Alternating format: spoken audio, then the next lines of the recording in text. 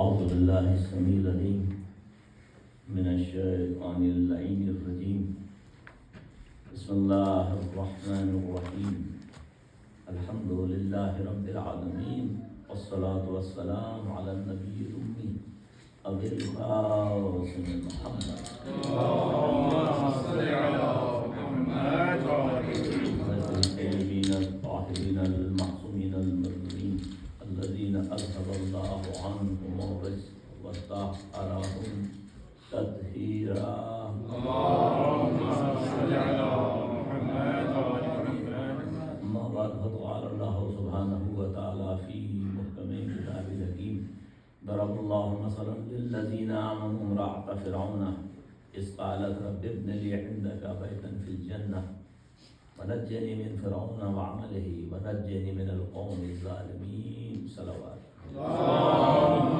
صل على محمد وعلى محمد. Well, there are actually very important jewel and with the very important personalities in Islam. This is about Hazrat Asiya. Two examples here, one is Hazrat Asiya and Hazrat Maryam. But here is about Hazrat Asiya. Allah giving the example, Allah cites an example of the faithful, the wife of the Pharaoh. إِذْ قَالَتْ رَبِّ ابْنِ لِي عِندَكَ بَيْتًا فِي الْجَنَّةِ, when she said, my Lord, build me a home near you in paradise.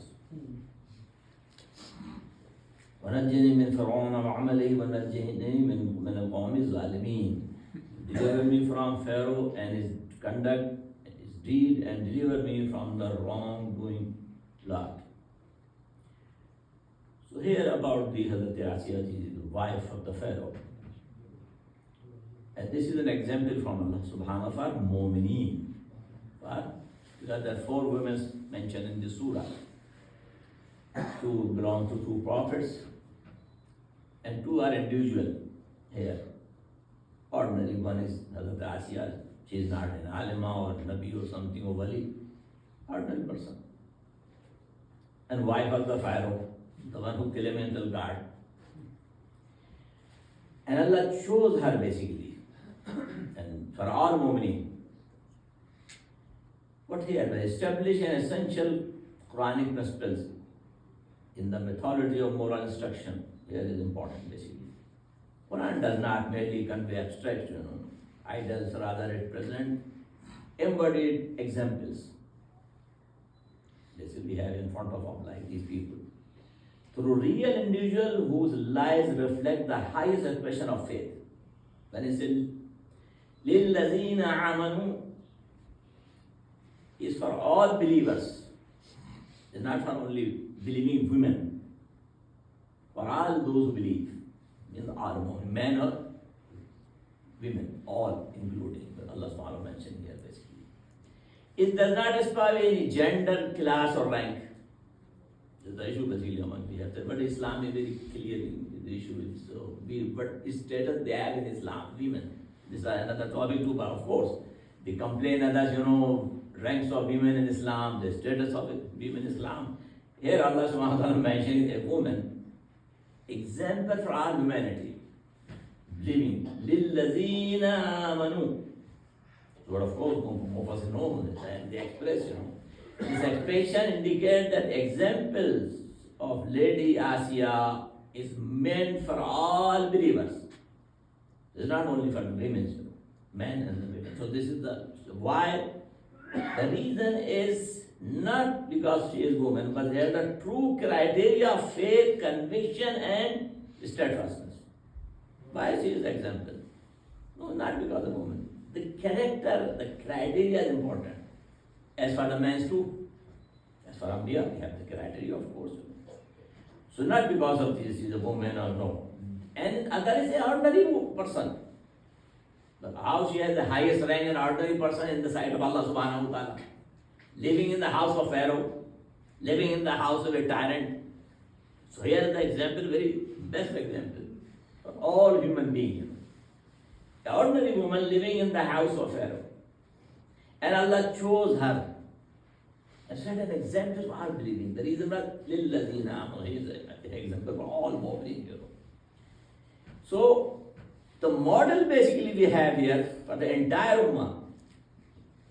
And who is she? Imran, basically Firaun, the wife of the Firaun. And what she is asking, her supplication is important. Rabbi ibn li indaka baytan. First she mentioned indak, near you, with you, means Allah subhanahu wa ta'ala. Later Jannat. Where should be my house? Jannat, of course, everybody wants Jannat. Jannat means somebody who will be in the Jannat. The one who basically fulfills his obligation, the purpose of the creation in this world.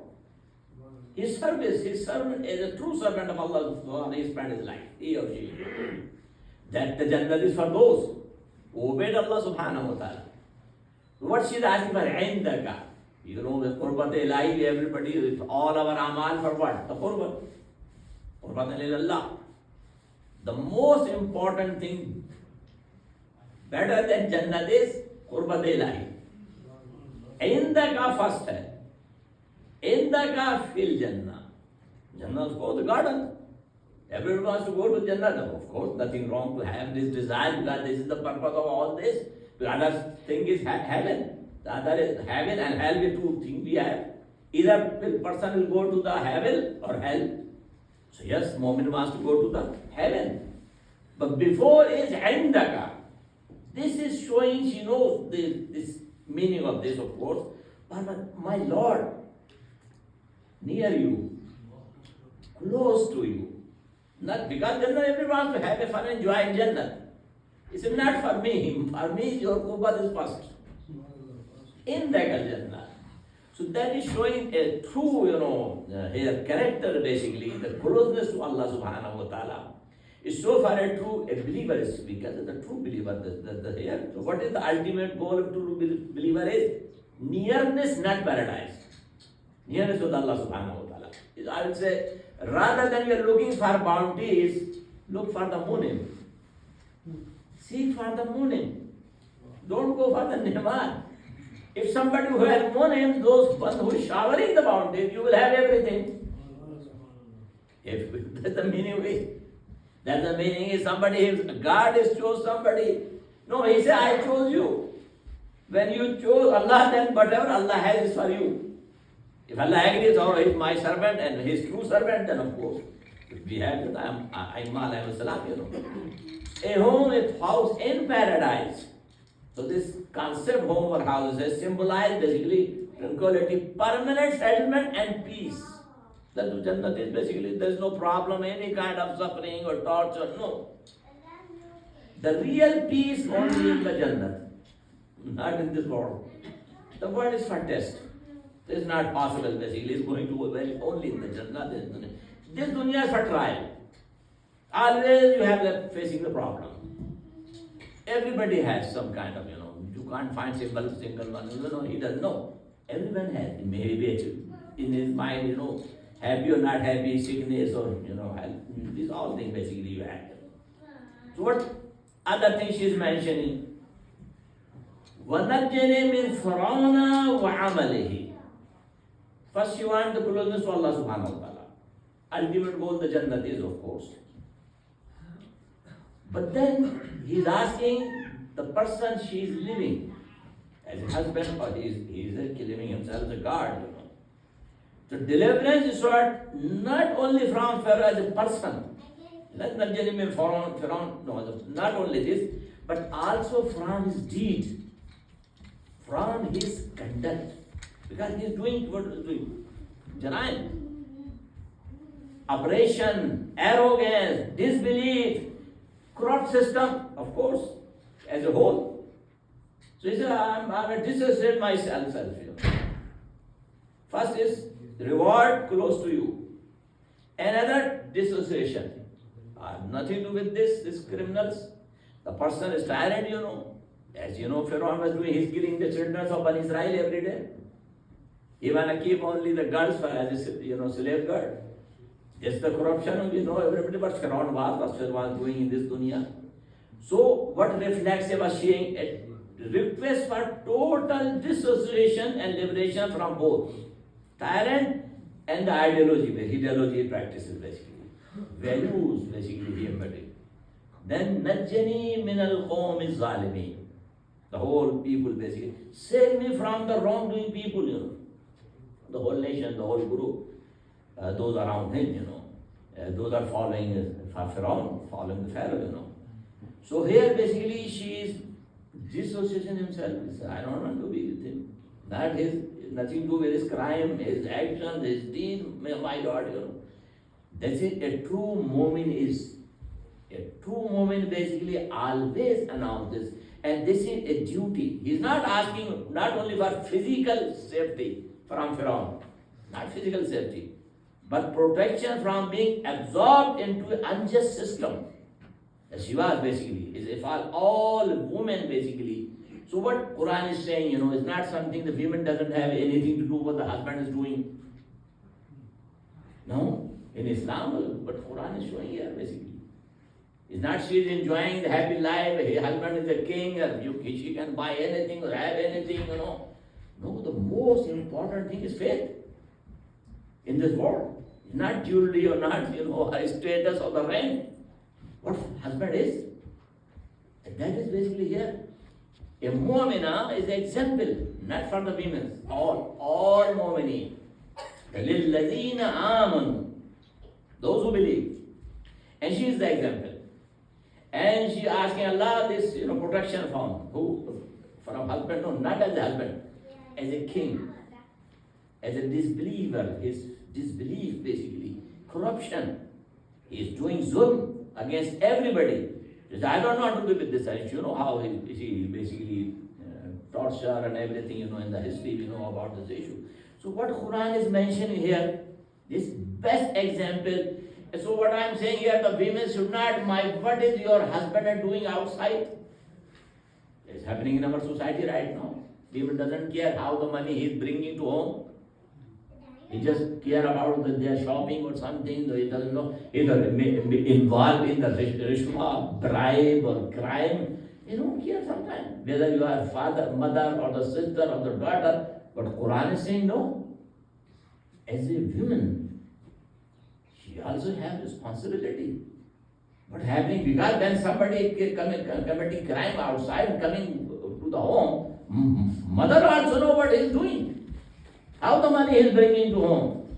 Wife should know what the money she has in front of him. Everybody should know. And they should criticize if something is wrong, that you are bringing haram, you will not hear haram. This is the Amr bil Ma'ruf. This is the duty of the all believer. Al-Nahy al-Munkar is the duty of all believers. This is the wajibat. Nothing best, nothing better than these two wajibat.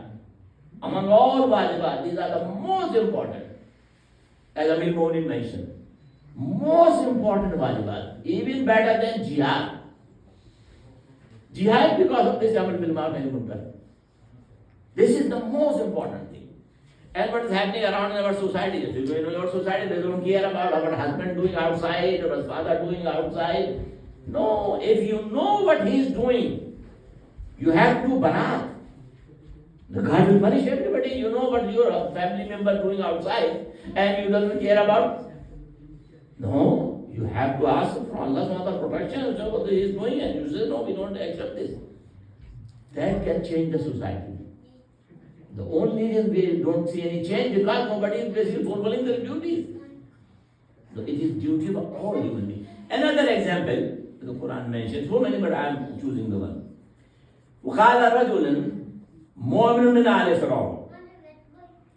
This was the example of Hazrat Asiya. She is in the house of the Pharaoh, the house of the this tyrant person. The other is another person.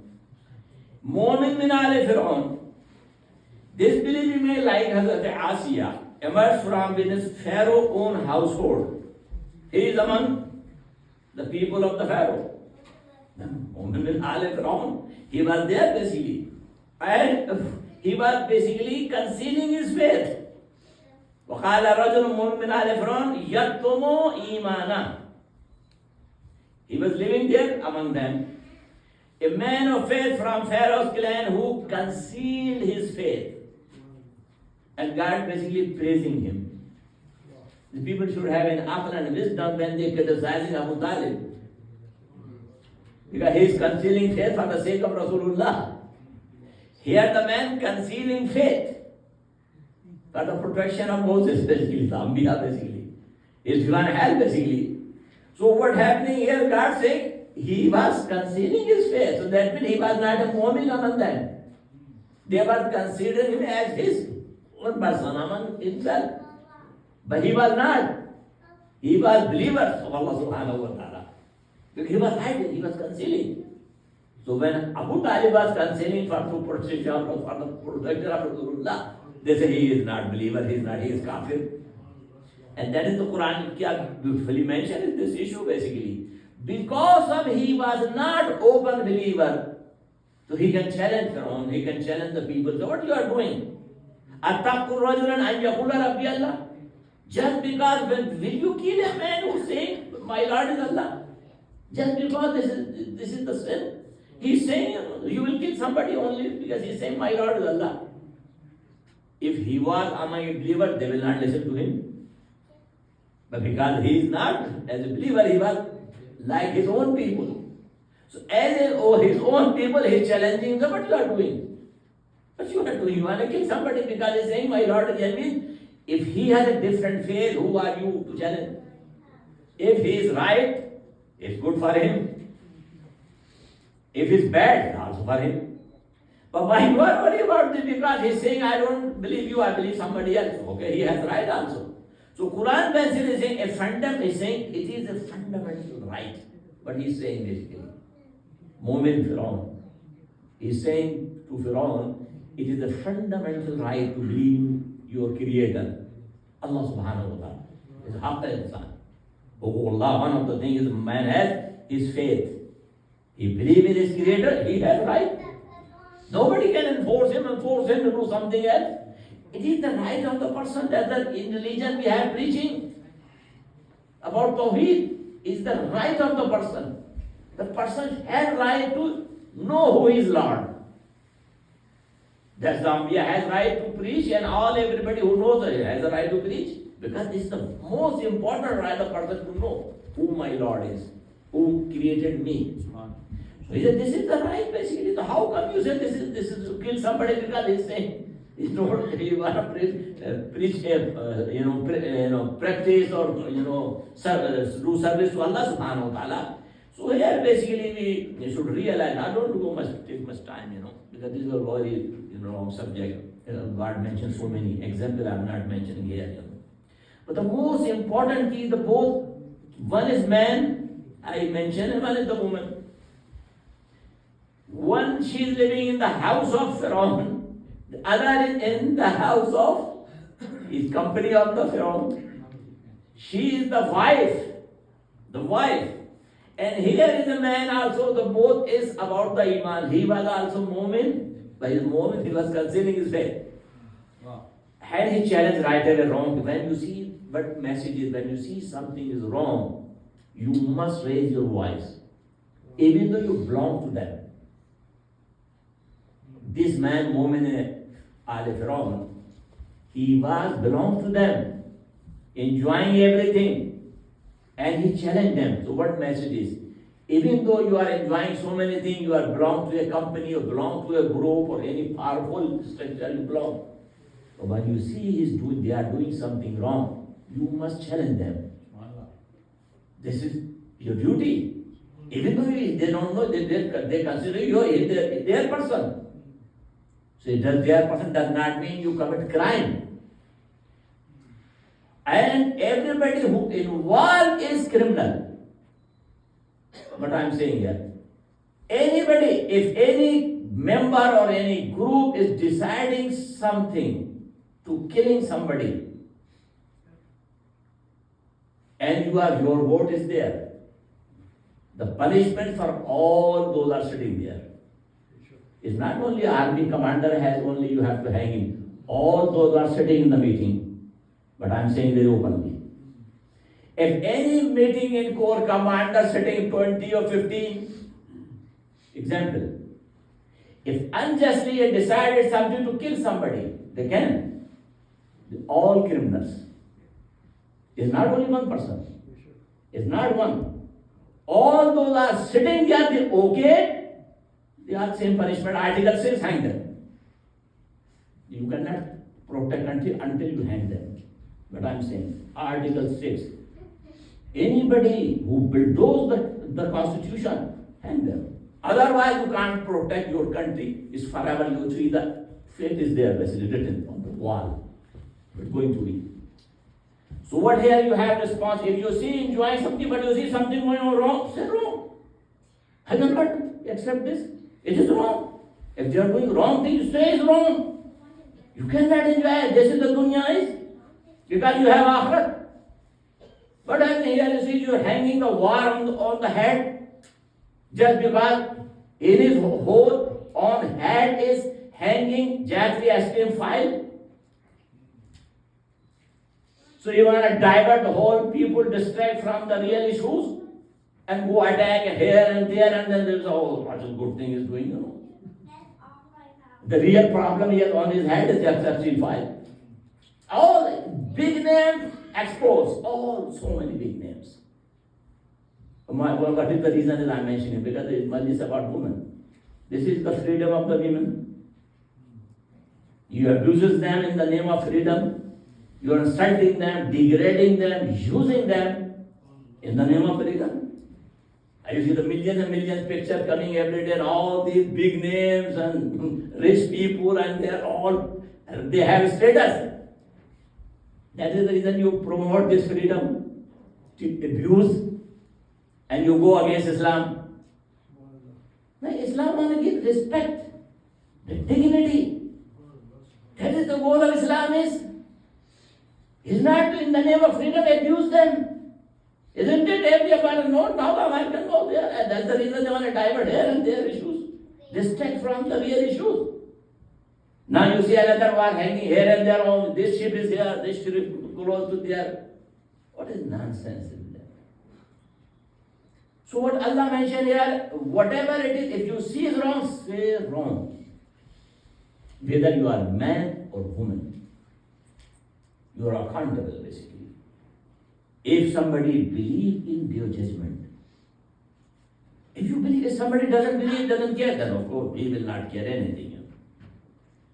So Asiya is an ordinary person. The same other person also. You don't know about the Majlis, you know.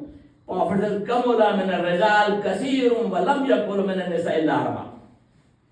It is mentioned that many men, attain perfection.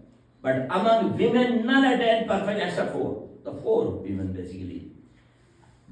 Asiya bintu Muzahim imrata Firaun. This is how the God chose basically Prophet saying. Among the four only, one is Asiya, who the wife of the Firaun.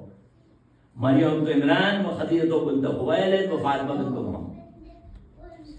These are the four among all, the women's. And they are perfect. So many women we have, among them. The God chose basically, when Prophet mentioned that means God chose basically.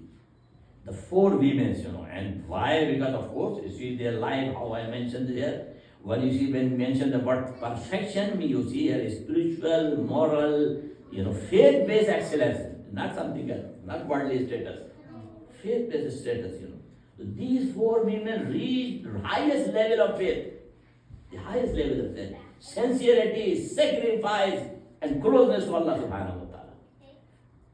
There are so many, but basically Allah subhanahu wa ta'ala, Prophet saying means Allah mentioning something and accepted something by Allah. When Prophet mentioned something, she knows about she is basically her faith, Asiya, the faith in the heart of tyranny and operation, she living there. And God chose him, that's the reason, Hazrat Maryam, I'm not talking today, but the second example for her, the same surah, after her, the mention is about the issue, Al-Islam, Hazrat Kubra and Hazrat Fatima.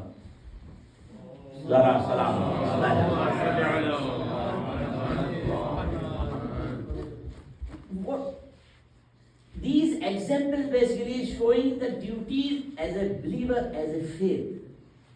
What is the meaning of the faith is not something practicing rituals as we have. Zulm is most important in them. First is zulm. If somebody preventing people should know about his Lord, this Lord, his Creator, is the worst operation. The man has right. And who is the believer is, he has duty to perform, duty to surrender to will of Allah subhanahu wa ta'ala. And thus Allah mentioned here basically, as I mentioned two examples, one man and one woman. And both reached this level, God praising them. And she is among the four women. And in Islam, there are a lot of examples. In our history, Hazrat Khadija al-Kubra sallallahu alayhi and Hazrat Zahra sallallahu alayhi.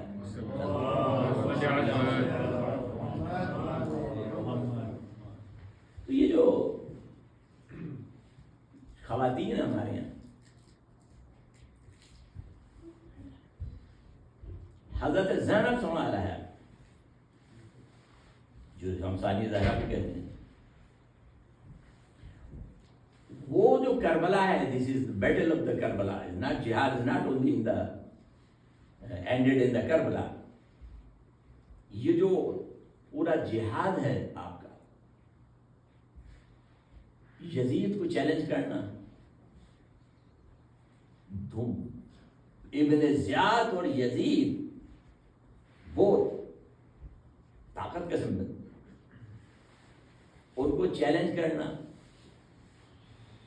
اور جو پیغام کربلا ہے اس کو زندہ رکھنا توحید کے اس مقام پر، کہ جہاں تاریخ انسانیت میں اکثر بات کرتا ہوں، یہ جملہ کبھی آپ نے سنا نہیں، نہ کبھی سنیں گے، جو حضرت زینب صلی اللہ علیہ نے کہا ما رأیت الا جمیلا.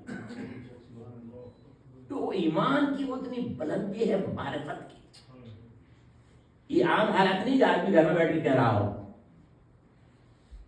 یہ وہ جو کربلا سے گزر کے آیا، جس کے سامنے لاشیں بکھری ہوئی ہوں، اور ان کو کہہ رہے کہ ما رأیت الا جمیلا.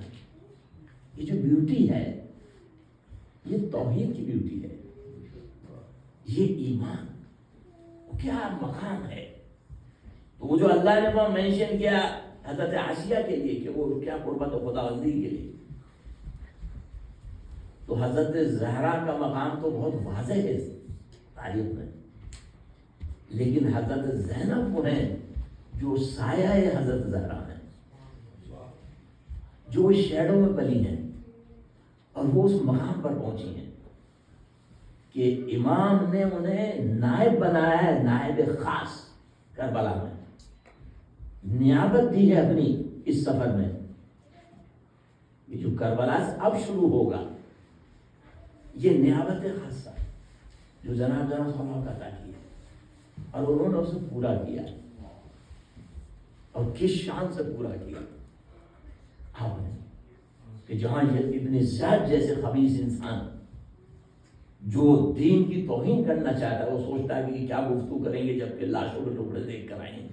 ایک مرد کو ہو جاتا ہے یہ تو خواتین ہیں، اپنے بچوں کو کھو کر آئیں، اپنے پیاروں کو، اپنے بیٹوں کو، اپنے عزیزوں کو، اور نہ فقط یہ بلکہ ان کی لاشوں کو چھوڑ کر آئیں. ہماری بات نہیں ہے، کھا کے کربلا لاشیں جمائیں بکھرے ہوئے تھے، کفن کھا کے کربلا تھی، کفن بھی نہیں ملا تھا. جب وہاں سے نکلے ہیں تو لاشیں پڑی تھی، اور وہ خاک نے اس لیے کہ جسم سے لباس بھی اتار لیے گئے تھے، تو اب خاک کربلا خود کفن بنی ہوئی تھی. وہ بھی کیا بول سکتی ہے، کیا گفتگو کر سکتی ہے، مگر جب وہ جنہوں نے نیابت خاص امام نے دی تھی، جب اس نے چیلنج کیا کہ دیکھا اللہ نے کیا کیا تمہارے ساتھ، وہاں پر وہ ایمان ہے. یہی تو جنگ ہے کربلا کی، ایمان کی جنگ، اسلام کی جنگ. کس کی جنگ ہے؟ مارا ہے تو اللہ جمیلہ. کوئی ہے جو ان الفاظ کی قدر و قیمت کو سمجھے؟ کربلا یہ ہے مقام، وہ عظمت کا مقام ہے. اور مصائب الجدہ کہتے ہیں، اور جو ذمہ داری دی تھی اس کو کیسے انجام دیا کہ ہر جگہ بھائی کے ساتھ ہیں. ہمیں رونا ان کا ایک ہی جگہ ملتا ہے، وہ ہے شب عاشور.